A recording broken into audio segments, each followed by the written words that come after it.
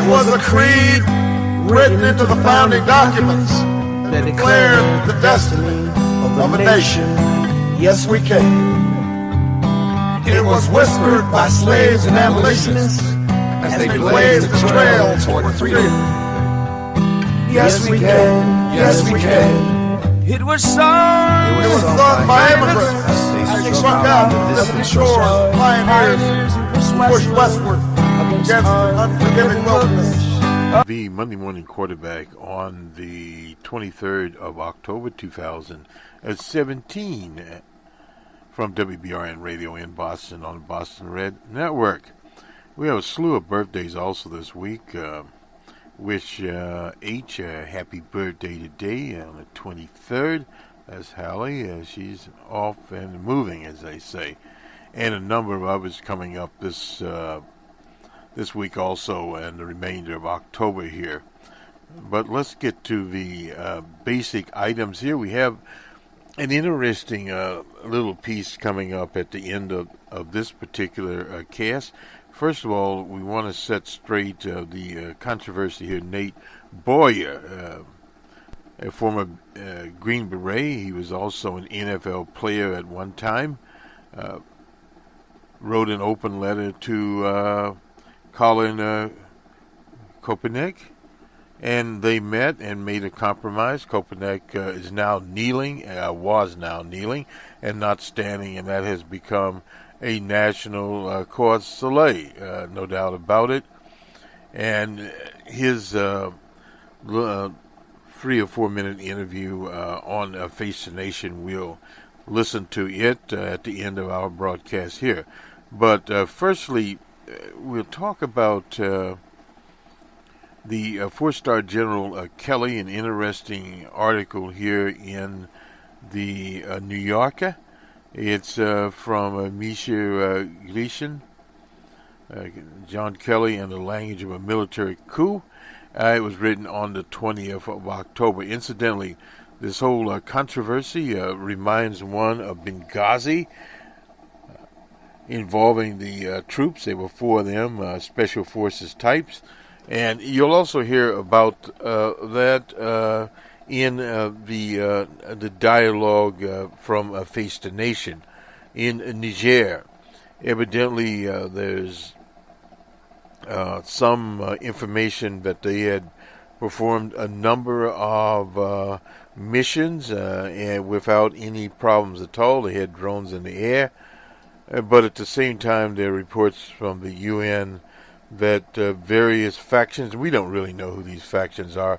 They say they're Al-Qaeda. They say that there are Islamic State types, but they could be just freedom fighters, period, that are coming over from Mali. Both of these countries, Niger and Mali, are Muslim countries. So depending on what the situation is there, it is, but the U.S. does have troops there, and they've had troops there since the administration, at least, of Barack Obama, and back to G.W. Bush. So this is nothing new, but the problem is the so-called African Command is based in Germany. I thought it was based in Florida, but it is based in Germany because no African country with any sense would host that type of command. So therefore, it is a command that is sort of out there. But this whole problem with Donald Johnson revolving around what was said to his widow militia, and the conversation was on speakerphone, and it was heard by Dr. Frederica Wilson.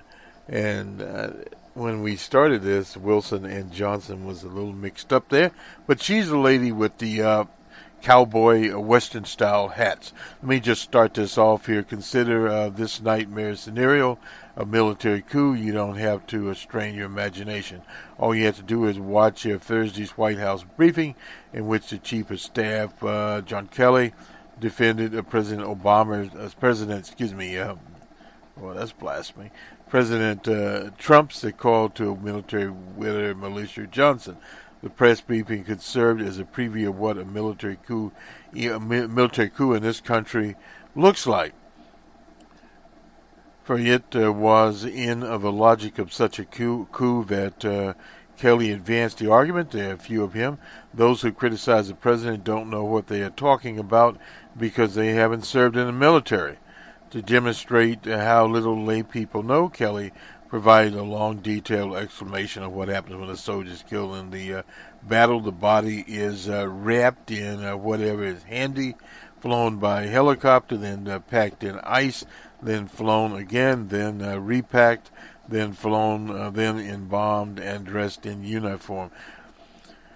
A former partner here, Jerry Pippin, that used to be, the late Jerry Pippin, that used to be part of his duties to travel with bodies, and at that time during the Vietnam era, they traveled by train and delivered the body to the grieving parents.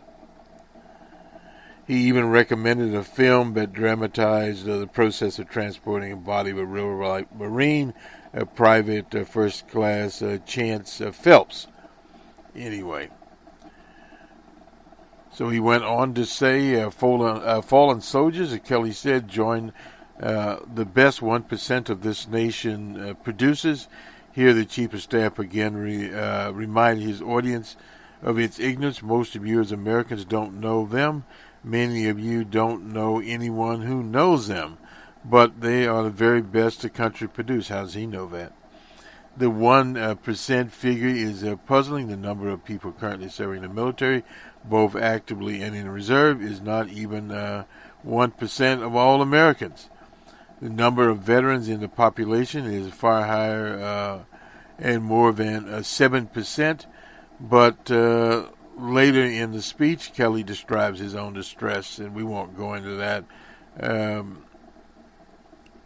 After hearing of the criticism of the Trump call, I thought he was going to his son. We won't go there. The general said he had gone to walk among the finest women. It was the Arlington Cemetery, so by the best Americans, he meant dead Americans, specifically fallen soldiers. And this is a separating the military from the civilian population of the United States, period. And here the author of this, a Soviet immigrant, I assume, said no Soviet general would have dared to utter this kind of statement attributed to General Patton. The object of the war is not to die for your country, but to make the other bastard die for his.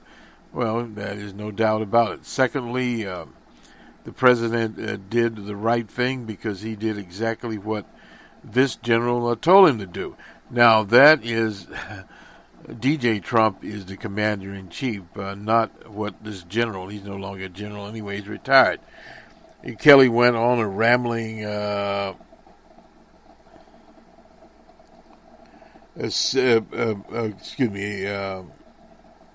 of speaking to the president not once but twice about how to make the call. Explanation here to Militia Johnson after his son was killed.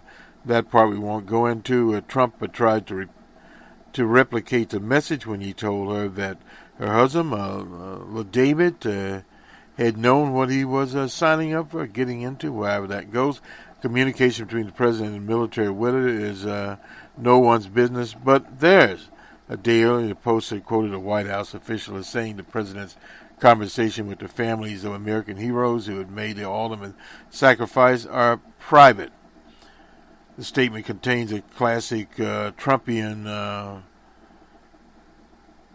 revisal. The president was claiming for himself the right to privacy that belongs to the interlocutor. Anyway, it would be for her, and this is where the Dr. Wilson comes up here. Now, Kelly took it up a notch. Not only was he claiming that the president's communication with a citizen in his official capacity, in other words, as president, has a right to confidentiality, he also claimed that this right was sacred. Now, this is just crazy. Gold Star family, the last of which had been profaned in a conversation this summer, and they had this gentleman also on Face the Nation. Before walking off the stage, If one clue, the first reporter allowed to speak inserted the phrase "sepify." That's a loyalty thing there. Before walking on the stage, he told Americans who haven't served in the military that he pities them. This is just crazy. We don't look down upon those who haven't served, he said, but in fact, in a way, we are a little bit sorry because you haven't never had the experience the wonderful life, joy when you get in your heart, when you do the kinds of things our service men and women do, not for any reason other than love of the country. Well, again, that is something out there. He replaced the ineffective Priebus, chief of staff, as a sign of relief emerged. As the least, the general would impose some discipline. He hasn't imposed any discipline. What he's went to is a fascist setup, and that is where he is. Let me just dispose of a couple of other things here, and we'll go to some polling in the mayoral race in Boston. The Democratic National Committee gathered over the weekend with one very out in their mind. That is the race in Virginia. We're at ground zero there. Said the chairwoman, Susan Squeaker of Virginia, said inside a casino from 57 states, territories. These were activists there. They spent little time talking about Trump's message on jobs and fairness and so forth. From a branding perspective, we have a huge problem. That is from Ken Martin, the chair of the Minnesota Democrat Farm Labor Party. It was the biggest challenge for us last year, a bigger challenge for us last year, and the biggest mistake was uniting around Stop Trump. No doubt about that. That was a problem.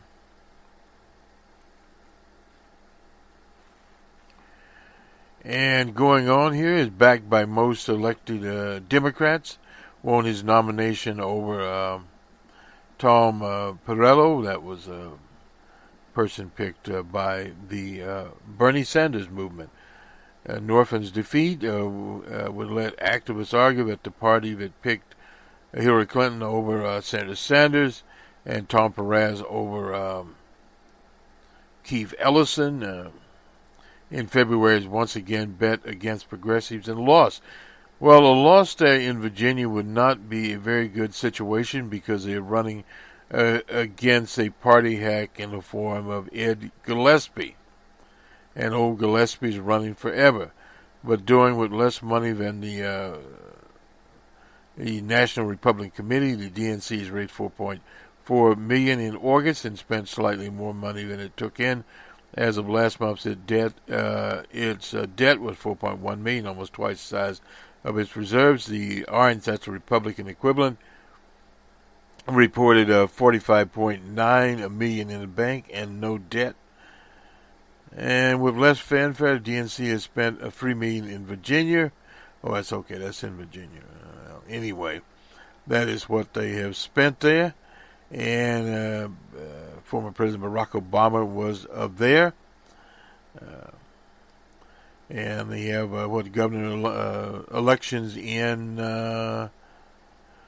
Virginia and in Jersey. They have Facebook messaging blots out there. Well, they need more of these blots than they've got now. Out there, there's no doubt about that.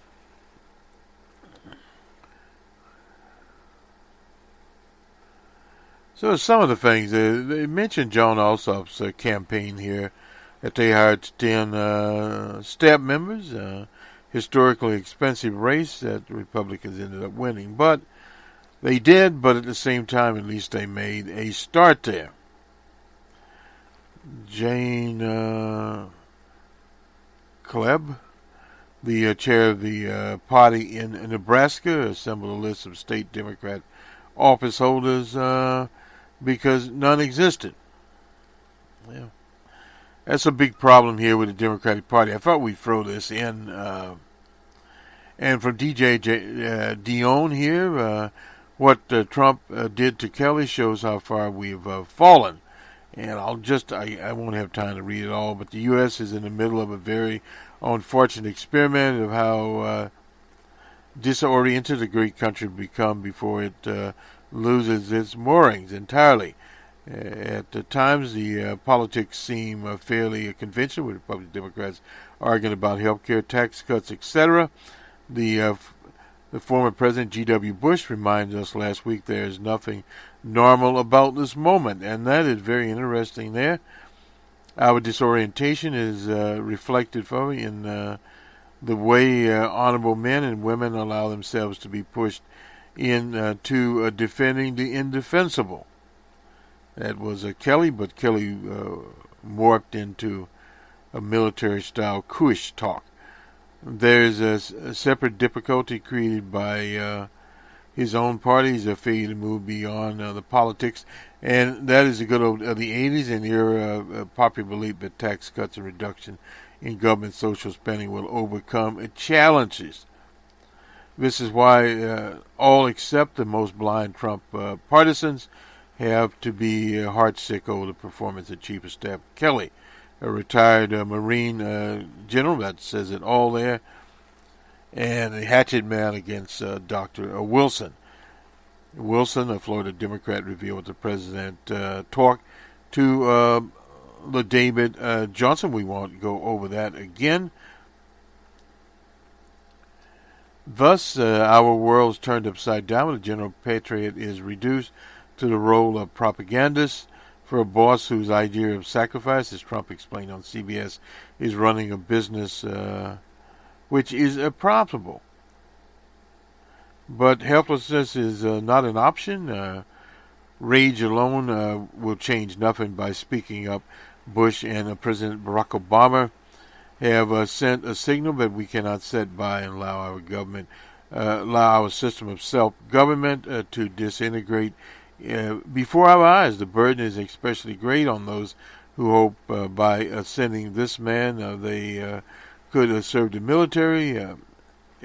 Kelly showed us that this is simply not possible.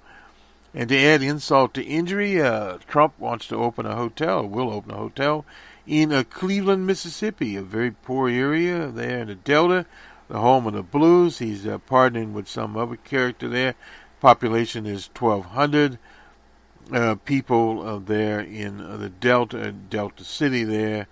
And the local Congress type, Bernie Thompson, it shows he really doesn't have a conscience. It's all about money. Well, make a few extra dollars there. As Ellis Turnage, an African-American attorney, Democrat who represents residents in the area in voting rights lawsuits, says he thinks acceptance of the Trump hotel will hinge on whether the economic argument prevails over the political one. That is always usually the case. And this Highway 61 that is made famous by the likes of John Lee Hooker and B.B. King. The Grammy Museum attracted 50,000 visitors. That's something new in that area. Welcomed 8,000 people there. And so forth and so on. So they do have a museum there. It also has a medical center, a 3,300 student university, Delta State, the home of the Delta Music Institute. So there are some things coming up, and then here comes Trump in there, and some Indian type that gave $50,000 to the Republican Party. He has some hotels, as many do in these small towns.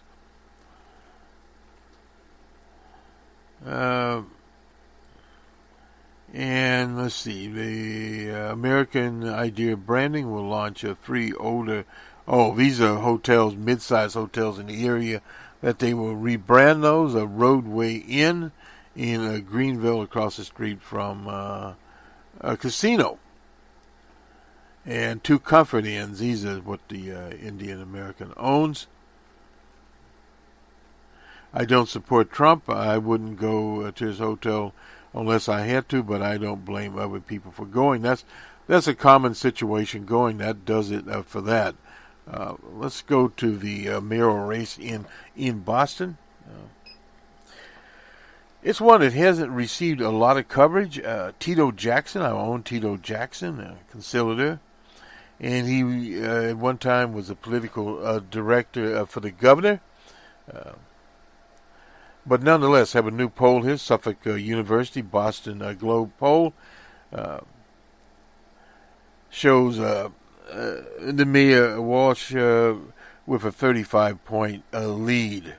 That's out of the margin of error, no doubt about that. That's landslide possibility. That's within 2 weeks of November 7th election. Ultrabus, he has a 69% of voters say he'll have a favorable view of him. That's to DJ Trump's about 36 or so. 66% said they are pleased with his job performance. 59% that Boston on the Walsh has created a progressive environment. Let's see, 58 to 23 is what the poll. But there's 17% of the people out there undecided. The mayor leads his opponent among voters of every racial group. African Americans, he would be the first. Tito Jackson would be the first African American mayor to challenge an incumbent since 1983, and that was Mr. King that did that particular challenge, as we remember our history correctly there. A constant standard bearer there. So again, this is one of those things that happen, and we just kind of, sometimes there's very little can be done in these types of races. Nearly half of those polls say they have personally met Walsh. Likely voters have expressed support for Boston as a sanctuary for unauthorized immigrants. Jackson supports that and Mayor Walsh, while voters register their lingering dissatisfaction over soaring house prices. That is a national disaster. And the high cost of living. They needlessly seemed bent on returning a mayor to his second term. That is from Dr. Palagosis, I think, at Suffolk University. Voters are not connecting their dissatisfaction with the price of housing, the cost of living in Boston with Mayor Walsh. Now, the poll was 500 there. The results were weighted by gender and race. The error is plus or minus 4.4%. The results are underlining significant hurdles that are challenges such as Jackson faces, trying to well-financed incumbent, no doubt about that. Jackson is the right guy in the wrong race. Pelagos, as it said, he is popular. It's not like he has any negatives. No, he does not have that. But Jackson has made some gains. 46% of the voters say have a favorable view of him. 35% were undecided there. So there are some things positive coming out of that.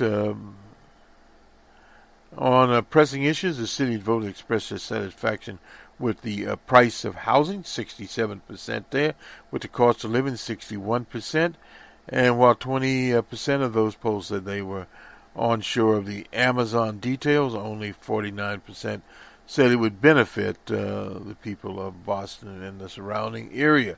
Voters were able to select 4 out of 8 choices on the ballot. Michelle Wu, I'm not, wait a minute here. These are, re-elect incumbent in at-large districts. Michelle Wu, Annie Presley, 29%, 32%. Our own Michael Flaherty at 26%.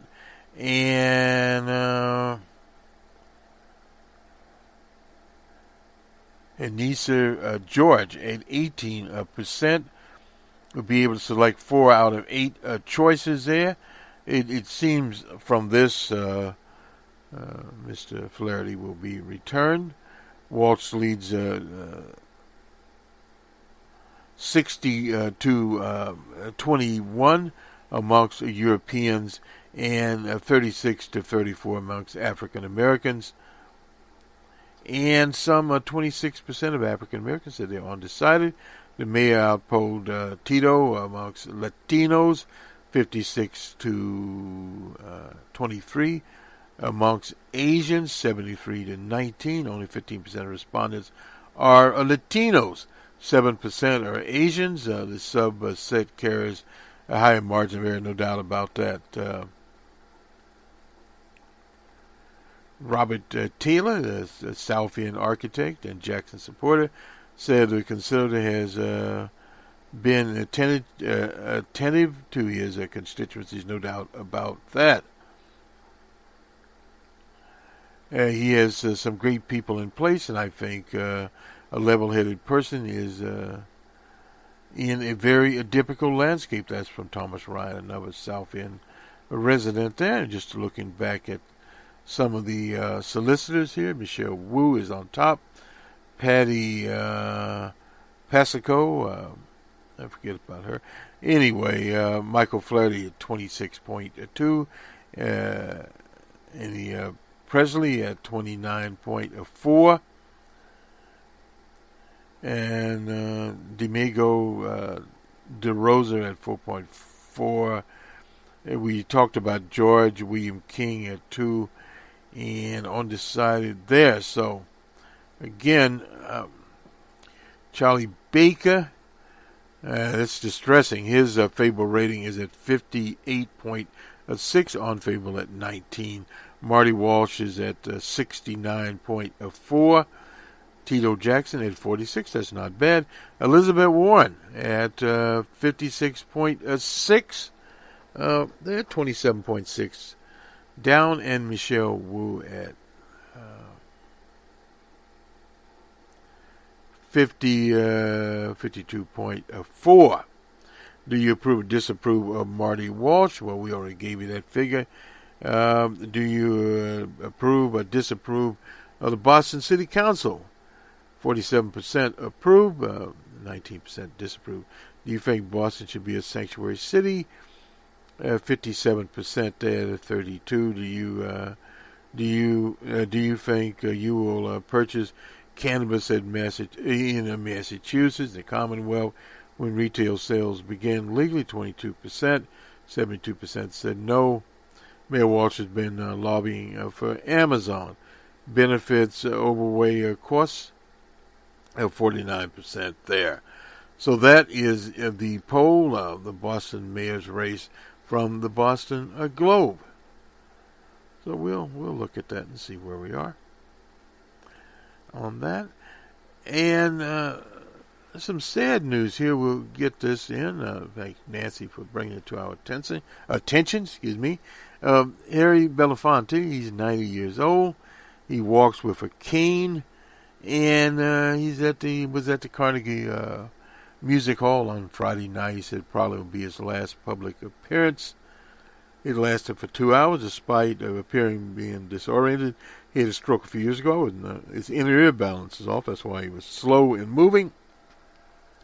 But he made a startling statement. He said in the election of D.J. Trump, the country made a mistake, and I think the next mistake might well be the gas chamber. And what happened to the Jews under Hitler is not too far from our door. For the most part, Belafonte talked about his life, recounted how his when he was 7, his mother, of course, was a Jamaican immigrant, worked long hours, and made him promise he would never let injustice go unchallenged. It stayed with me forever, and forever I came upon resistance or opportunities that were afforded us because of race, because of poverty. I remember her counsel and her wish. Her counsel had a huge impact. Her tenaciousness, the way in which she handled poverty, the way in which, with no skills, she faced a life of endless rejection. He spoke of injustice he endured during the years when Joe McCarthy spearheaded the anti-communist repression. He began to cough and struggle to speak. A man in the audience called to him to take his time. He paused and caught his breath. Well, that's you're 90 years old. That is a different situation. Beginning to relax and choose an audience, he began to great pride. He felt when the Banana Boat song, his song about the struggle of working class people, that raised him.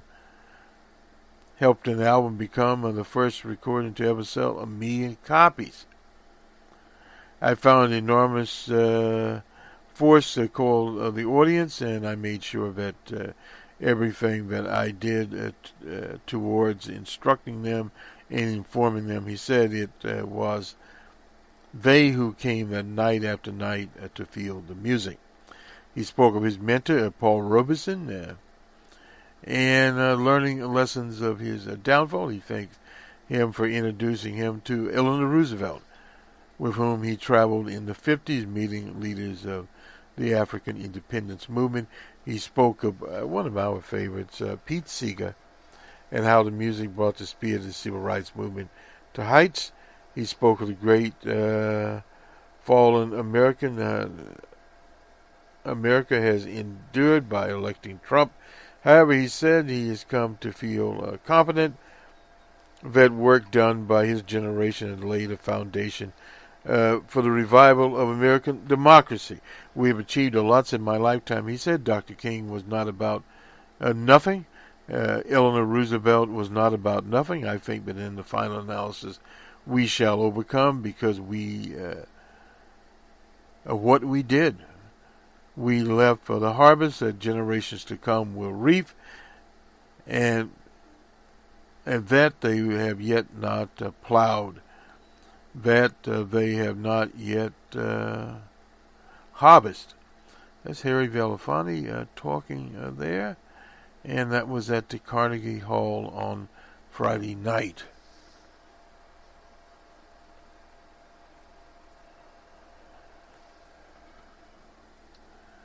Now wait a minute here. This is Pittsburgh audience. I thought he was at. It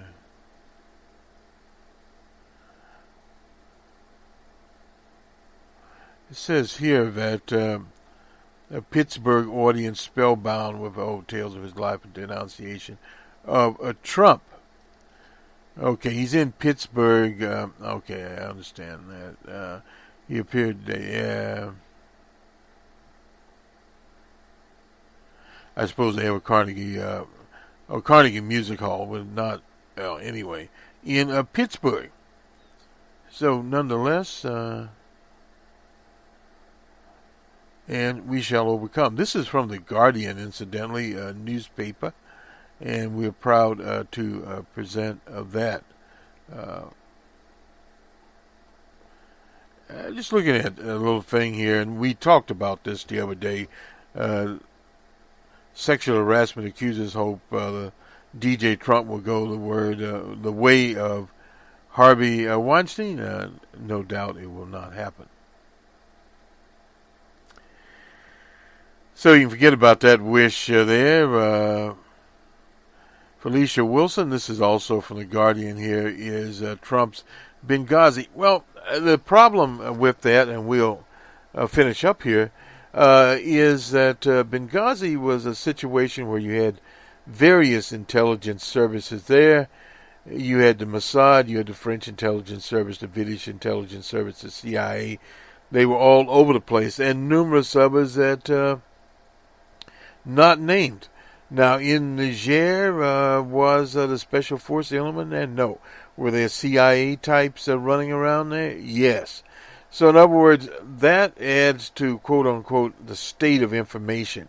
And that's what you really have to remember, that the state of information in many of these sort of covert acts are the kinds of things that you come into very, very often, period. So these are things we see all the time coming up here. Nothing new about that. This is Dr. Wilson here.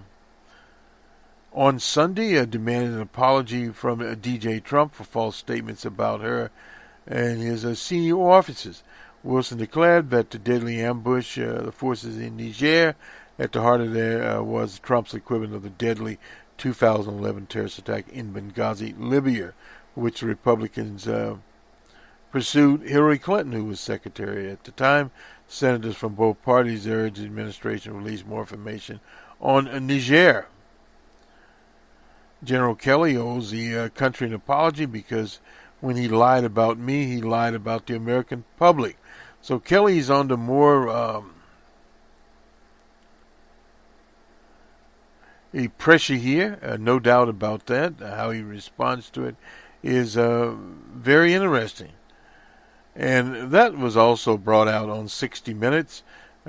Trump posted his fifth criticizing Wilson as the wacky congresswoman is a gift but keeps on giving for the Republican Party, a disaster for Democrats. You watch her in action and vote. Oh, boy. This is silly.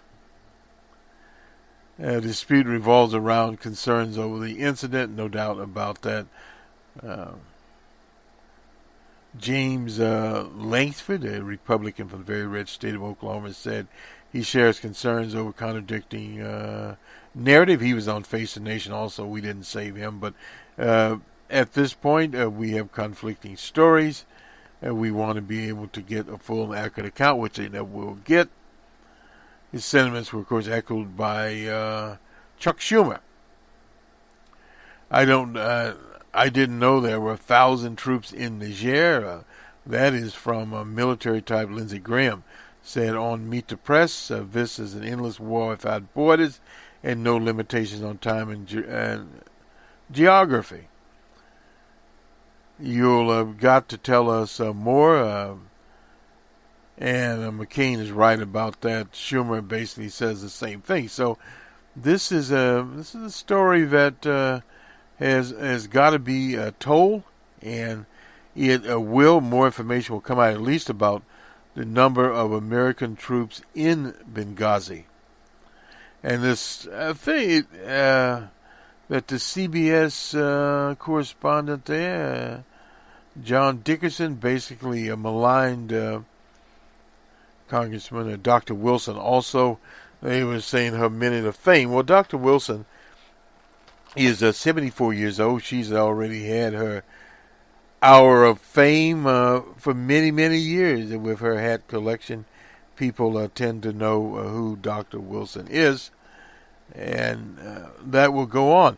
But that goes to show you how these monopoly networks, CBS, etc., and you will hear from John Dickerson here, so we'll give him fair play, play into these things. And it is an astonishing situation that this happens more and more in the American body of politic.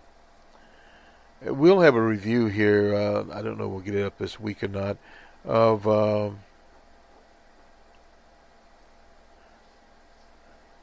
the CBS News man and Bob Sheeper there, overload, but a lot of the overload has to revolve around information that is unsubstantiated. Now that's a little bit different from quote-unquote fake news that's coming out there, but this is a free-fall, and as Bob says, many people in many areas, particularly in the areas where the undesirables live, the Trump voters, etc., and also in urban areas, no longer can afford to buy the daily newspapers.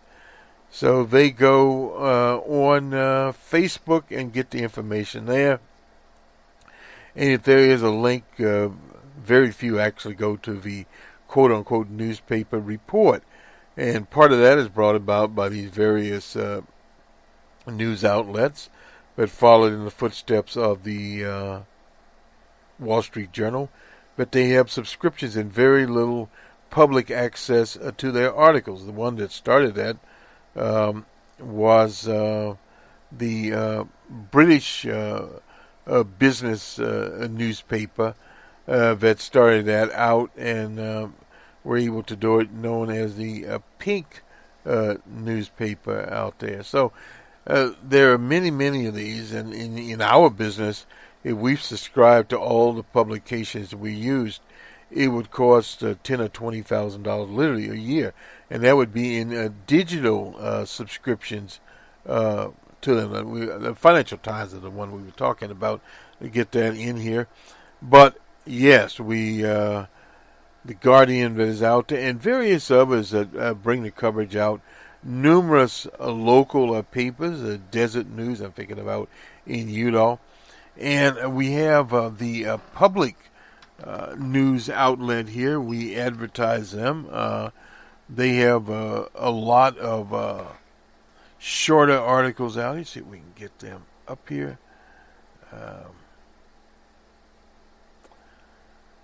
Well, let's first go to the Super Bowl. People are interested in the Super Bowl. Incidentally, from various houses here, the LA Dodgers are favored, minus 1.5, and the Houston is basically at plus 145. We sort of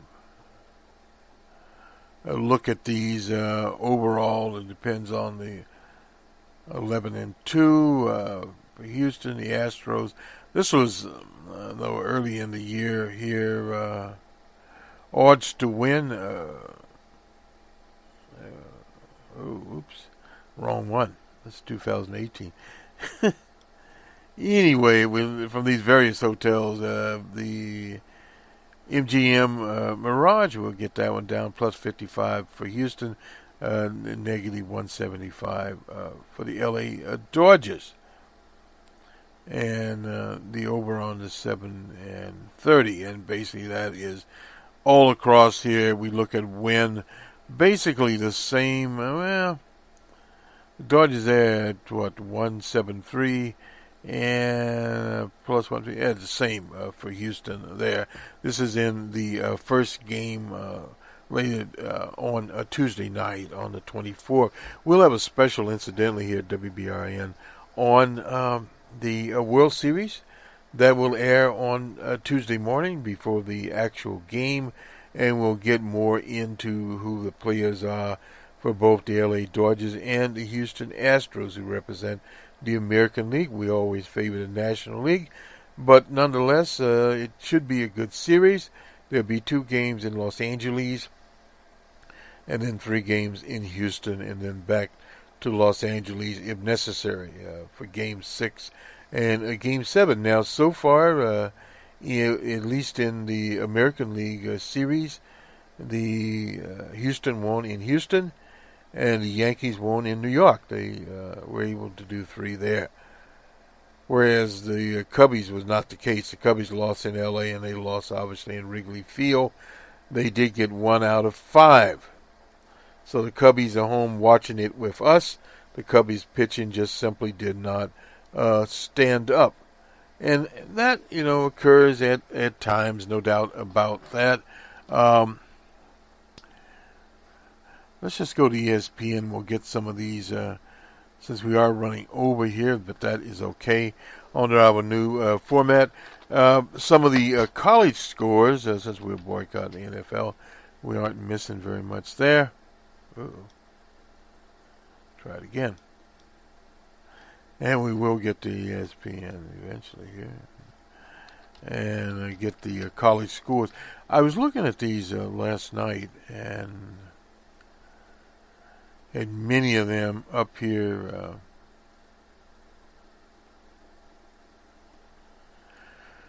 We unfortunately change day to day. But anyway, we'll get those scores in just a minute for you. One of the things we will cover this year, we of course haven't got them up yet, but we'll look at a fantasy ball. Here we go. This is on Thursdays. We just bring you up to date on all of them. We had Memphis at Houston, Memphis 42-38. And on Saturday, Tennessee and number 1 Alabama, Bama 45-7. Michigan, number 19, against number 2 Penn State. Penn State 45-13. Kansas against TCU, and they were shut out. 43-zip. Maryland at number 5. Wisconsin, 38-13. Wisconsin. Syracuse, one of our favorite places, at the University of Miami, 27-19. Miami there. Oklahoma rolled on over Kansas State. Well, not too bad. 42-35. They are number 9. Kansas State's not ranked. Oklahoma State in overtime, 13-10 over Texas. Oklahoma State is number 10. USC and Notre Dame. USC was 11. Notre Dame was 13. But the score was 49-14, Notre Dame. OJ was probably disappointed there. He's a USC man. At North Carolina, Virginia Tech, the home at one time of Mr. Michael Vick. They are ranked number 14, 59-7, Virginia Tech. Colorado and Washington State. At Washington State at 28-0 there. South Florida, number 16, over Tulane, 34-28. Indiana and Michigan State. Michigan State's number 18, not ranked very high there. 17-9, very close game there. UCF and Navy, they pulled it out. They were ranked number 20, 31-21. Auburn and Arkansas, the country people in Alabama, they are ranked 21, 52-20 over Arkansas. West Virginia, number 23, 38, a very close game over Baylor, 38-36. And finally, LSU over Ole Miss, 42-24. So that does it for college football. So we finally got that one out of the way here. And we had something from the public news service. I'm not sure where. Oh, here we go.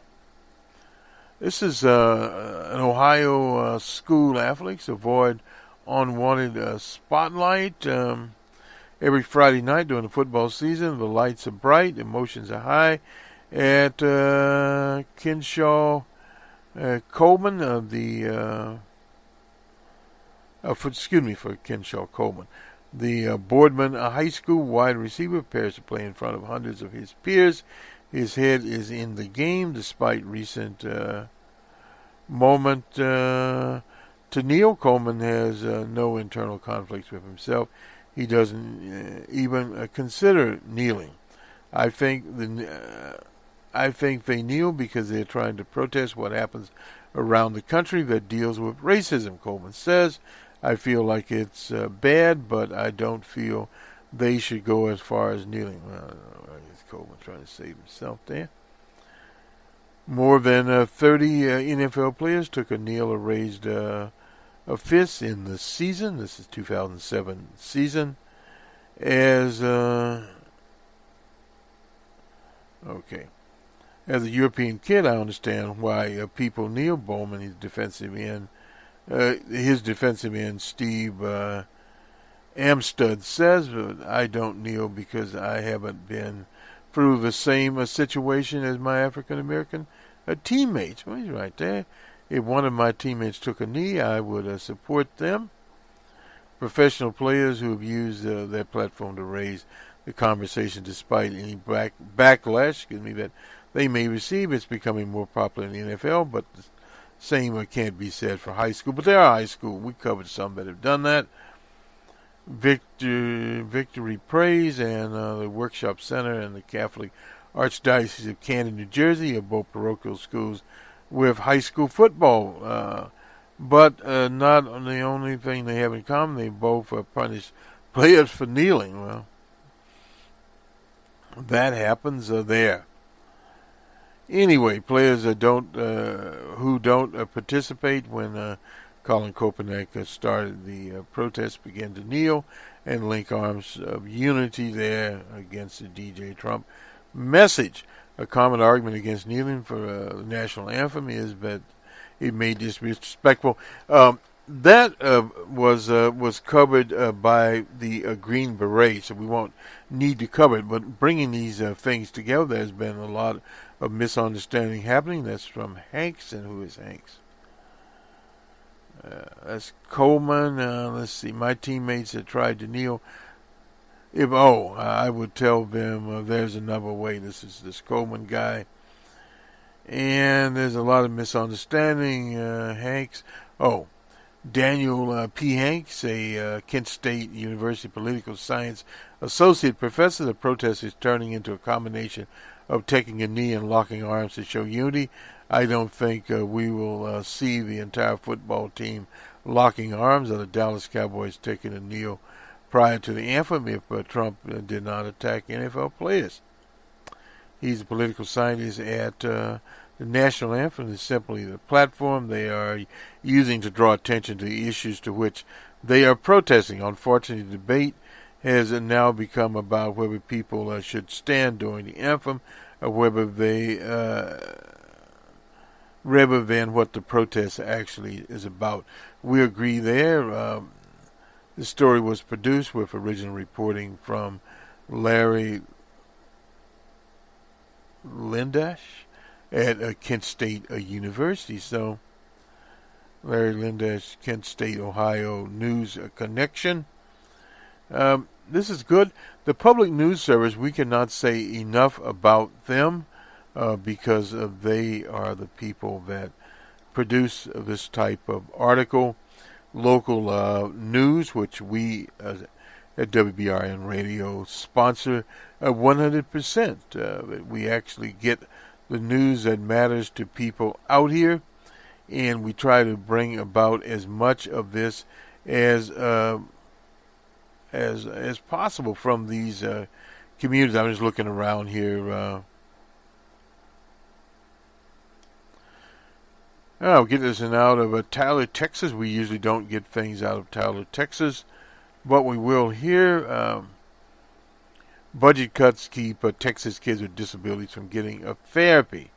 There's an entire fund forcing thousands of Texas kids with disability and developmental delays to lose access to critical therapy. The Texas legislature first cut funds several years ago to the state early childhood intervention program called ECI, forcing significant numbers of contractors providing services to drop out of the program. And according to Stephanie Rubin, she's CEO of Texas Cares for Children, said a recent study by her group found those cuts are causing major hardships for thousands of Texas families with children that have special needs. Fewer kids are being served by these early intervention programs that help babies, toddlers with disabilities get on track. Rubin pointed out the legislature is interested in helping kids out, but has not shown any support. Rubin said the program provides speech, physical, and occupational therapy to prepare kids with disabilities start school. She says lawmakers cut money for the program in 2011, slashed the Medicaid reimbursement in 2015. At the same time, lawmakers say the cuts were necessary to balance the state budget, but they failed to keep the promise to restore the funding, which is typical. The study also found that while the overall fewer kids are participating in the programs, the fund cuts have hit some groups harder than others. Over the last 5 to 6 years, particularly, we've seen a tremendous drop in the number of children enrolled in the programs, with disproportionately, obviously, impacting African Americans and Latinos. This is a time when the population of young kids is going up in the state. Rubin said providers are forced to drop out of the program. Families, in particular those in rural areas, are often traveling greater distance to find a provider if they can find one. So this is out of Tyler, Texas, and let me see who provided this. It doesn't say right off, but it does have the headline in Tyler, Texas. From hence it comes. Now we just take a quick look to see what the study was here. Okay, this is Texans Care for Children. The report after state cuts, children missing in Northeast Texas and nationwide. This is released on the 17th of October, and the contact is Peter Clark. And we'll put a link to this study up on our show site. This will do it for us in the Monday Morning Quarterback. We'll have special coverage on the World Series, which will come up tomorrow morning prior to the first game in Los Angeles. We're also preparing a report on Catalona, the region that had declared their independence from Spain. We'll get that report up as soon as possible. We're also working here on open source report, and as we said earlier, information overload. That's Bob Sheeper's book. We'll review it. We also have one by Taishi Coates, review coming up there. The 8 years we were in power. So we have several things on tap here, and we're traveling this week also. So we're trying to juggle this around and see what we can actually do. You can find us, of course, on iTunes, on iHeart, on Spreaker, on Stitcher, and various other outlets, and of course on Boston Red.org. As a Green Beret and was awarded the Bronze Star before playing for the Seattle Seahawks in 2015. Last year, Boyer wrote an open letter to Colin Kaepernick that encouraged Kaepernick to stand during the national anthem, as opposed to sitting, out of respect for veterans. Kaepernick wouldn't go that far, but the two worked out a compromise, and Kaepernick began to kneel instead of sitting. And Nate Boyer joins us from Austin, Texas this morning. Mr. Boyer, welcome. I want to go back to that first letter you wrote. What inspired you, and then how did you get in this conversation with Colin Kaepernick? Yeah, you know, what inspired me was just, it hurt. It hurt to see somebody, protesting the flag and the anthem. At least in my eyes, that's what it was. It was somebody sort of protesting America and the symbols that stand for, these freedoms and all that. It was confusing to me. I didn't understand where that was coming from, and it hurt as a war fighter when you're going overseas and you're fighting for those that can't fight for themselves, and you're fighting for all those freedoms that we have here. And then, to me, the way I perceived it was somebody was sort of sitting that out and not interested in that, and upset about those things that we were trying to provide. And I just was hurt by that. So I wrote an open letter explaining my experiences, my relationship to the flag, why I stand and why I feel the way that I do. But instead of attacking or telling him, this is why you should stand, it was more like, I want to understand where you're coming from. Why are you sitting? I don't know what it's like to be you. I've only had my experience, and so I'm just trying to empathize and understand. Through that letter, Colin reached out, and we ended up having a sit-down, face-to-face conversation, which led to him taking a knee instead. It was a powerful moment for me, and I think for a lot of people, to see two people that disagreed on a subject or a topic that was pretty important to our country, that were able to work out some sort of a compromise, or at least have that conversation, civilly. A lot of people think that compromise, a lot of people who share your view, the first one that inspired your first letter, don't think that compromise gets at it. They think that this is still offensive, and in just the way you've described. Right. No, there is. I mean, everybody's got a different relationship to everything in our world, things are perceived different ways. What's interesting about the protest itself, whether it's sitting, kneeling, fist in the air, it doesn't matter. Even when a lot of these men are saying it's not about the military, it's not even about the anthem or the flag, they don't get to necessarily choose how people see it, though, how individuals perceive that. If somebody makes another hand gesture towards you, that's offensive to you, but they're saying, no, I'm not, this is not what it means. This is not what that's not the point of what I'm doing right now. It's not up to them how you take that and how you receive that. So there's been issues with that. And yes, people believe that kneeling is still offensive, and they have every right to believe that and feel that, because that's what's great about our country. You can have those opinions, have those feelings. And, you know, for me, I thought it was better. I thought kneeling was better. People kneel in our country to pray. You know, when you propose to your wife, you take a knee out of respect. And so I thought it was better. I want him to stand. I want everybody to stand for the anthem and feel that pride that I feel, but I want them to do it because they want to do it. I don't want them to do it out of obligation. I want to touch on something else you wrote about, which is that when you returned home from your service overseas, you said you returned to a country that is so divided and so hateful. Talk about that a little bit. Was that what inspired your effort to try to find some ground here, and is there any lesson for anyone else in that? Yeah, I mean, it's a tough time to be back home in America, you know, because we are so divided and we seem so angry and stirred up, and, you know, we don't have these conversations. We don't sit down with someone we disagree with and talk anymore. We're just on our cell phones, and, you know, we're sharing stuff through social media or other platforms, and it's just a constant attacking of one another. And it's really frustrating as a soldier. You know, I was in the Army and going overseas and going to fight for our people here, and then to come back to a nation that's just angry at one another. And, you know, like what has happened, you know, recently with the 4 soldiers who lost their lives over there, it didn't even really become a topic or something we talked about until, you know, we were discussing the president's involvement in the remarks and all that. It was like, why aren't we honoring these guys before that even happens? Because we're so wrapped up in who's right and who's wrong in our country.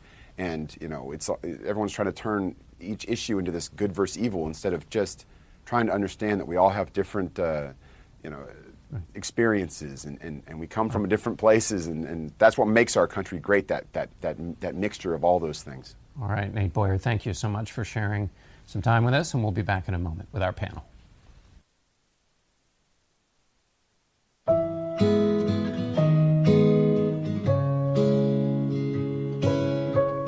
At Lincoln Financial, we get there are some responsibilities of love you got to do on your own, and some you shouldn't have to shoulder alone, like ensuring your family. Corrosive political spat broke out over the issue of respect for fallen soldiers and their families. We begin with a look at what sparked this new low in America, an October 4th attack in Niger, where 4 American soldiers, Brian Black, Jeremiah Johnson, LaDavid Johnson, and Dustin Wright, were killed when they were reportedly ambushed by Islamic State extremists. Joining us now to answer some of the questions about the attack are Michael Morrell, CBS News senior national security contributor and former number 2 at the CIA, and CBS News national security correspondent David Martin. Mike, I want to start with you before we get a sense of what exactly happened. Why were U.S. servicemen there? John, it has been U.S. policy for some time to support those nations facing a terrorist threat. One of the key pieces of that support is to train, advise, and assist local militaries. One of the places we were doing that was Niger. Niger faces a significant threat from a robust al-Qaeda group and a growing ISIS group. Both of those are located in Mali, but they come across that border and conduct attacks in Niger. Americans might ask, why were we there helping the Nigerians? And the answer is, while this is a regional threat today, it could be a threat to Europe tomorrow, and it could be a threat to the homeland the day after that. So we're there trying to keep this under control so that it doesn't become a significant threat to the United States. It's a policy that makes sense. I support it. David, what happened in this particular case? What do we know? Yeah, what we know is different maybe from what happened. We know that 4 American soldiers were ambushed and killed during a patrol on which no enemy contact was expected. The Pentagon says that that team of advisors had been on 29 previous patrols in the 6 months before that, never had any contact, no indication that this time would be any different. As a result, they had no drone overhead providing surveillance, and there were no armed escort aircraft overhead. Now, that version of events seems to be at odds with the fact that The UN has published a map which showed that there were 46 attacks in that part of western Niger in the past 20 months. In fact, there was one overnight. A group of militants came across the border from Mali, attacked a police barracks, and are reported to have killed 13. So it seems like there would have been reason to expect enemy contact. So we don't understand why no enemy contact was expected. Yeah, so a discrepancy there, Mike. Is that an intelligence failure? What do we... We don't know. I mean, we really need the results of the investigation that General Mattis has ordered up before we know what happened. But I will tell you, in this kind of situation, intelligence is far from perfect. But we really need to know the results of the investigation. You know, General Waldhauser, who is the commander of U.S. forces in Africa, testified last March before Congress, and he said then he had only 1/4 of the intelligence, surveillance, and reconnaissance flights that he needed throughout Africa. This is an operation which is just sort of starting up, and all the resources aren't in place. So we don't know if somebody missed something out there, or if there just simply weren't the aircraft and other intelligence sources operating that could have detected this. What's the most important thing going forward, Mike? I think it's to make sure that we don't politicize this. You know, this has the feel of Benghazi to me, right? And in the political field, not the facts on the ground. Exactly. So I hope we don't politicize it, and I hope we figure out what happened so that it doesn't happen again.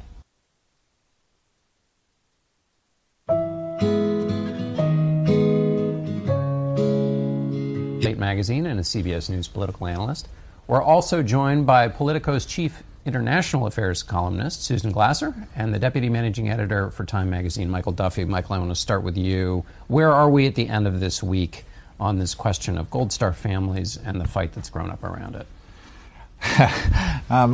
To be continued, for sure. There's no question that if the president simply apologized on Monday or after Monday, for maligning his predecessor for not calling or writing whatever it is he accused Barack Obama of not doing with respect to this whole thing might have gone away. But instead we got a cascading series of missteps and mistakes that really took 5 days to go through, and I don't think we're quite done.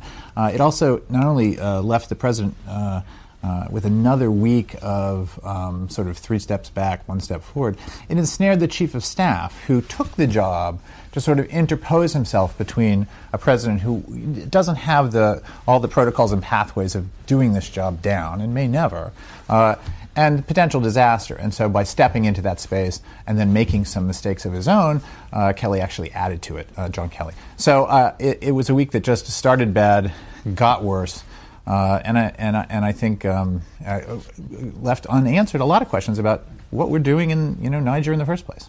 Rich, you wrote that this may be, quote, the stupidest and most unworthy controversy of the year. Yeah, it's been the most distressing controversy of the year, and that's saying a lot. And this would be a better debate. Maybe it wouldn't even be a debate at all if everyone could concede just a modicum of good intentions and good faith on the other side. It's clear that President Trump's call with the widow of Sergeant Johnson, it landed the wrong way. But it's obvious to me he didn't do that maliciously or callously. In fact, there was a video of a call with another widow of a soldier killed in Afghanistan in April that was posted by the widow because she found great comfort in this call. And in that call, Trump is sympathetic, he's humane, and he's warm. So I think in this instance, it's incumbent on him, though, to be the bigger figure and to say, look, I did not mean in any way to add to your distress. If I did, I'm sorry, and I'll do anything to make it up to you.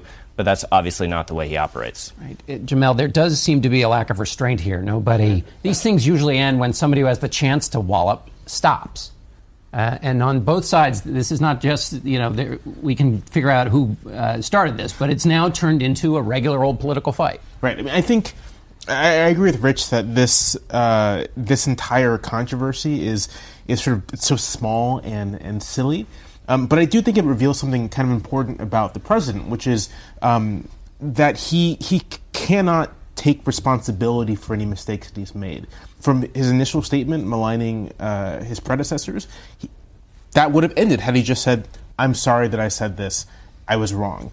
The widow's reaction, Representative Wilson's statement, had he just said, "This was my error," or "I didn't mean it this way," this would have ended. But at every single stage, the president can neither take responsibility or refrain from punching back. And we see this time and time again throughout his presidency. And actually, if we just move away from controversy and scandal and sort of actually being president and doing the job of president, this inability to take responsibility for mistakes or to back down is disastrous. It is a quality that has failed better presidents. But there are two sides here. She also, in a better world, the Congresswoman, would have gone to John Kelly privately and said, "You know what? They were very upset by that call. Is there anything you can do to make it right?" Instead, she blows it up, and she's enjoying her 15 minutes of fame over this family's distress, which is disgusting in its own right. Susan, let me ask you about the larger point Kelly made this week, but that also John McCain made, George W. Bush made, President Obama made, which was that this dropping of standards. Chief of Staff Kelly said, whether it's religion or the treatment of women or now this fight intruding on this sacred space. There was just this cry this week from a variety of quarters that standards have dropped totally.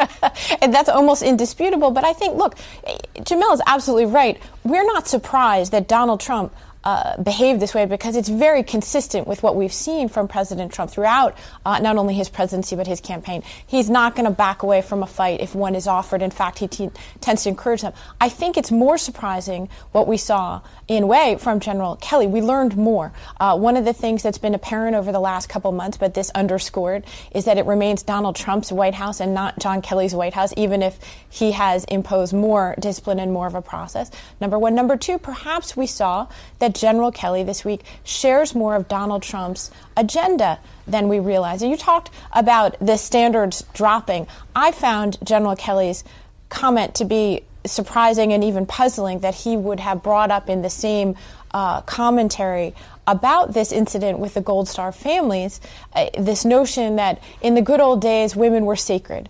And, isn't it so terrible that we can get there? A lot of people have talked about the irony of working for a president who's been accused of this kind of behavior. But to me, there's that issue, working for Donald Trump. But there's also the question of what's the good old days exactly? Is that what this America Firstism is about? Is about looking backwards to some halcyon and almost mythic past that somehow was better? Well, he could have been groping for a kind of understanding of what's a common idea. No pun intended. John, jeez. Sorry. Get your minds out of the gutter, guys. But he's fumbling to try and touch on something that you had many other people talking about this week. And Michael, the Chief of Staff was there to try to explain how signals were missed. It was a classic damage control operation by a White House Chief of Staff, and even though he seemed politically naive with that comment, I agreed with you. He's fundamentally a political person.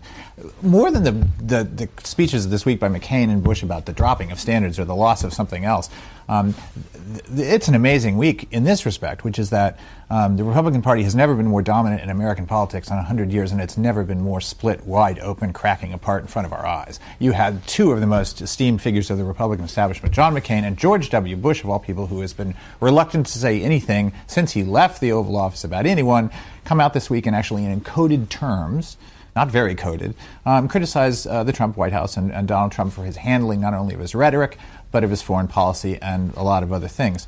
This was on top of McCain's rather remarkable, what did he call it, half-baked, half-baked neo-nationalism. That party split that's war this week. That's not words of war. That's war, and that's happening at the same time that they're seemingly in control of everything. And yet, Rich, on the Monday, the president was with Mitch McConnell at the White House, showing a picture of unity. Yeah, the least convincing bromance of all time is Donald Trump and Mitch McConnell. There is a civil war in the Republican Party, and the irony is this civil war really began before the election. It was papered over during the election, and they won everything at the national level. And Trump is still sort of trying to be the pivotal figure who can work with both sides. He likes Steve Bannon. He understands why Steve Bannon's upset. Yet Mitch McConnell's his best friend. And he's going to try to work with him on the Hill. So Trump, in a lot of ways, this leads to an incoherence in his own governance. He doesn't know whether he wants Lamar Alexander, the senator from Alexander, to cut a bipartisan deal, or he wants to be with the House Freedom Caucus and conservative purists who oppose that kind of approach. I think it may speak to sort of a broader exhaustion of the traditional, or at least since Reagan, traditional framework for Republican politics, right? That you have a Republican Party whose base is increasingly people who actually look to government for some sort of assistance. This is Trump's message spoke to them. He promised to defend Medicaid. He promised to defend Medicare. He promised to defend Social Security. But this is joined to sort of a more traditional Republican activist class, Republican affluent voters who want tax cuts, who want things like Obamacare repeal. And winning hasn't really done anything to sort of reconcile those differences whatsoever. Final 30 seconds, Susan. Well, I have to say, I do agree with you, but I'm struck by the fact that for Senator McCain, for George W. Bush, their speeches fundamentally are about America's role in the world. Right. And, this is the major foreign policy rift. It's why that part of the Republican Party was so active against Donald Trump during the campaign. They believe that regardless of your views on domestic policy or health care, that Trump is pulling the United States away from the international order in a way that actually threatens to undermine all those institutions, which, by the way, we built and rigged in our favor. And so that's what's interesting to me is you have the foreign policy part of the Republican Party standing up and saying no. All right, we're going to have to stand up and say no, I'm afraid.